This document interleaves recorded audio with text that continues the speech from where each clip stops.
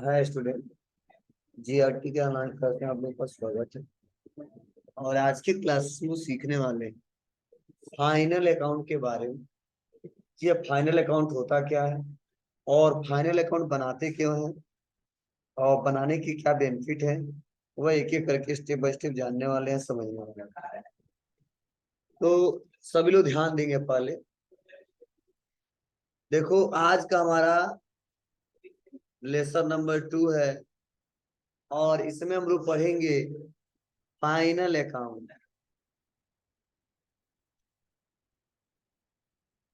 अब देखो, नाम से पता चल रहा है फाइनल अकाउंट मतलब व्यापार में जो भी एक्टिविटी किए हैं, अब हम लोग फाइनल अकाउंट से फाइनल रिपोर्ट पता करेंगे। क्या करेंगे? फाइनल अकाउंट से क्या पता करेंगे? फाइनल रिपोर्ट पता करेंगे। और इस फाइनल रिपोर्ट को तैयार कब करते हैं, इसके लिए कितने इसके पक्ष होते हैं, ठीक है, और क्या क्या निकाला जाता है, वो समझना बहुत जरूरी है। तो पहले इतना समझिए, जो फाइनल अकाउंट तैयार होता है वो ट्रायल बैलेंस से ही तैयार होता है। किससे होता है? ट्रायल बैलेंस से। क्लियर है? अब जो ट्रायल बैलेंस होता है, इससे फाइनल अकाउंट बनाने के लिए जो फाइनल अकाउंट बनाते हैं वो बनाते कब है? तो ट्रायल बैलेंस भी 31 मार्च को ही तैयार होता है और फाइनल अकाउंट भी 31 मार्च को ही तैयार होता है। मतलब दोनों ही ये बनते हैं, वो फाइनेंशियल ईयर के कब बनते हैं?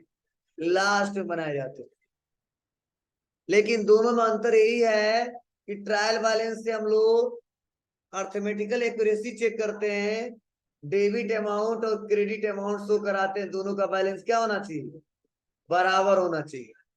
लेकिन फाइनल अकाउंट में ऐसा नहीं होता है। ठीक है, फाइनल अकाउंट में क्या क्या निकाला जा सकता है और क्यों निकालते हैं, यहाँ ध्यान से सुनिएगा, समझिएगा। तो देखो, फाइनल अकाउंट को बनाने के लिए इसके दो पक्ष होते हैं। ठीक है, कौन कौन से? तो ये जरूरी है जानना। सबसे पहला जो आता है वो आता है trading account and PL account. Trading account and PL account. PL account मतलब होता है प्रॉफिट एंड लॉस अकाउंट। और दूसरा जो होता है वह होता है बैलेंस। क्या आता है? बैलेंस। मतलब ये दोनों हम अगर बना लेते हैं तो समझ जाओ हम अपने बिजनेस का फाइनल रिपोर्ट पता कर पाएंगे। अगर यह नहीं बना पाते हैं तो अपने बिजनेस का फाइनल रिपोर्ट हम नहीं तैयार कर सकते हैं। फाइनल रिपोर्ट का मतलब हम यह नहीं पता कर पाएंगे कि व्यापार में कितने लाख रुपए का प्रॉफिट हुआ है, कितने लाख रुपए का लॉस हुआ है, या कितना भी कैपिटल पड़ा हुआ है, कैपिटल इंक्रीज हुआ या डिक्रीज हुआ, ये नहीं पता कर पाएंगे।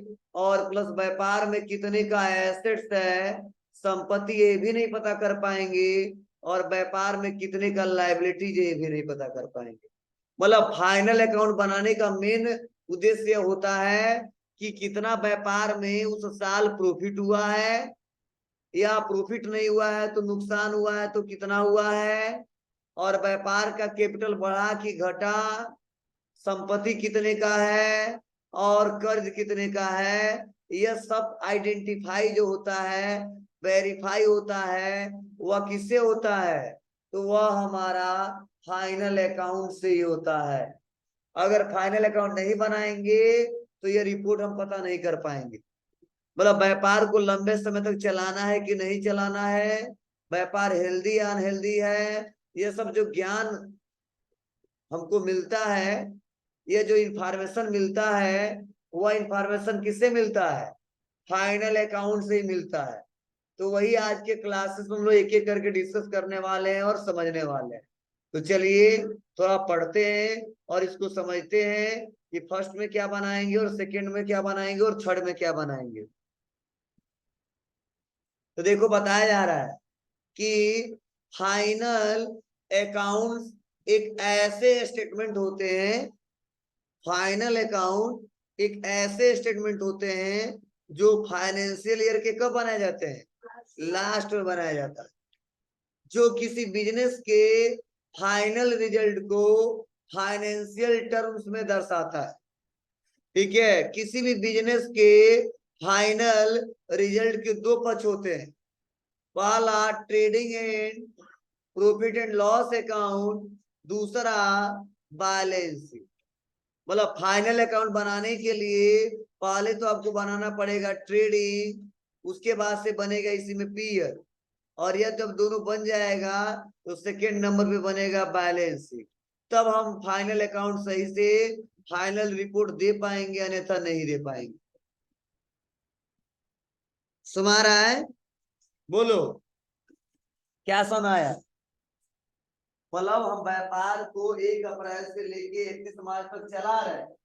अगर आप बताओ व्यापार को चला रहे हैं, हमको यही ना पता चले कि व्यापार में कितने लाख रुपए का प्रॉफिट हुआ है, कितने लाख रुपए का लॉस हुआ है, तो व्यापार चलाने का कोई मतलब है?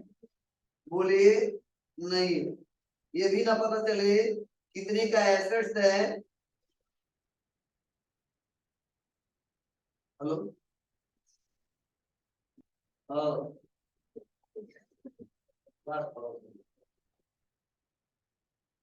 हाँ?